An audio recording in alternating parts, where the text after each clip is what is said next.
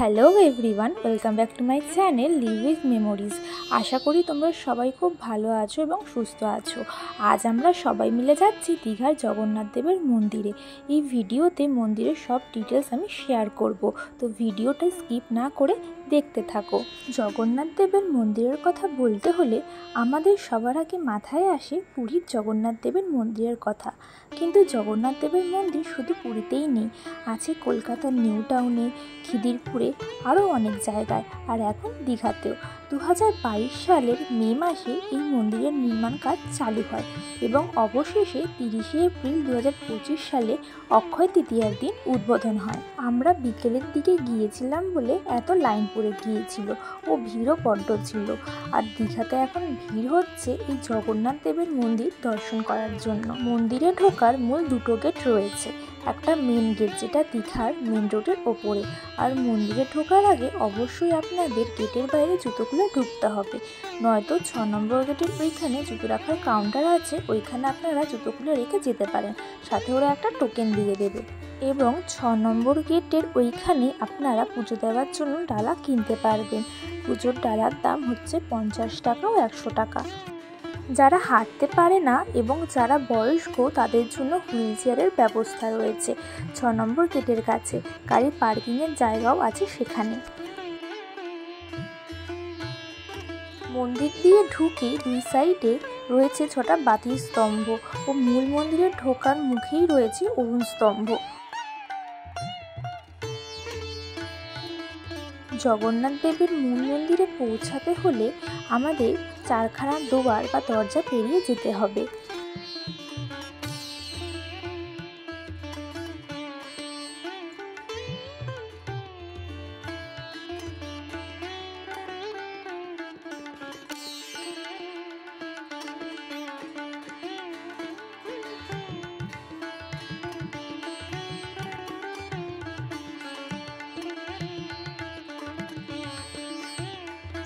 রীতি মেনে এইখানে 4টি দ্বার করা হয়েছে: অশ্বদ্বার, ব্যাঘ্রদ্বার, হস্তিদ্বার ও সিংহদ্বার।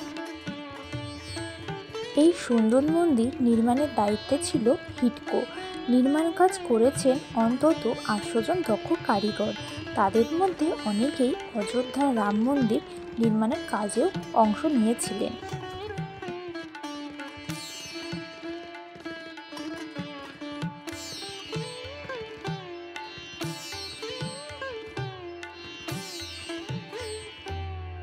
ওল্ড দীঘা থেকে নিউ দীঘা যাওয়ার পথে দীঘা উন্নয়ন পর্ষদের হাতে থাকা প্রায় 23 একর জমির ওপরে 250 কোটি টাকা খরচ করে জগন্নাথ ধাম সংস্কৃতি চর্চা কেন্দ্র তৈরি করেছে রাজ্য সরকার।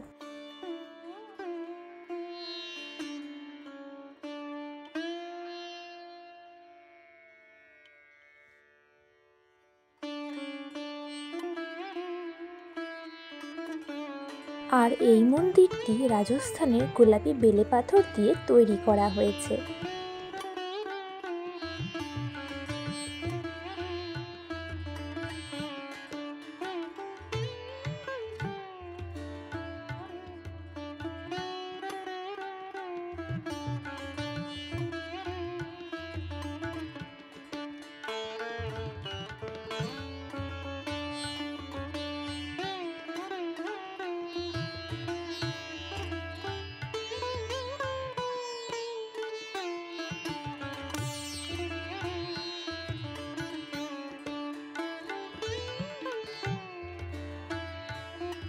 অসম্ভব সুন্দর এই মন্দিরের কারুকার্য।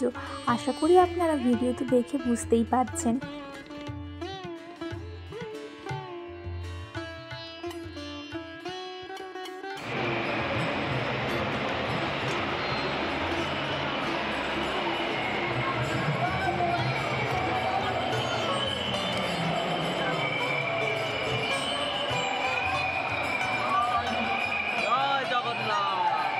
মন্দিরের ভিতরে এতটাই ভিড় হয়ে গিয়েছিল যে আমি যে সামনে থেকে জগন্নাথ দেবের ভিডিও করব সেটাই আমি করে উঠতে পারিনি। যাই হোক, কি আর করা যায়। ভিডিওটা ভালো লাগলে অবশ্যই একটা লাইক কমেন্ট করে দেবেন, আর আমার চ্যানেলে নতুন হলে পরে অবশ্যই সাবস্ক্রাইব করতে একদম ভুলবেন না, আর কমেন্টে জয় জগন্নাথ লিখে যাবেন। আবার দেখা হচ্ছে নতুন ভিডিওতে।